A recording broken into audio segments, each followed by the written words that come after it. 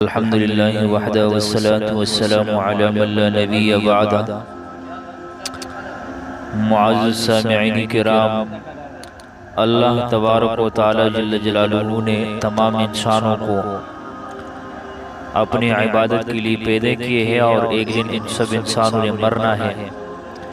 مرنے کے بعد ایک لمبی زندگی ان پر آنے والی ہے،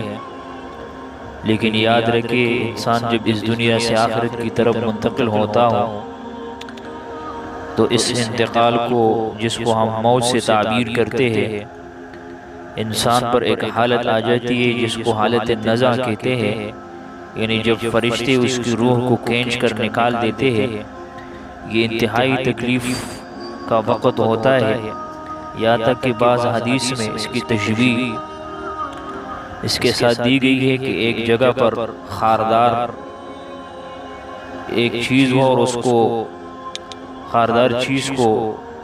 اس کاٹن کے کپڑے میں وہ لپیٹ دیا جائے اور پھر اس کو کھینچ دے۔ جس طرح یہ کھینچنے میں دشواری ہوگی، اتنی ہی دشواری اور تکلیف کے ساتھ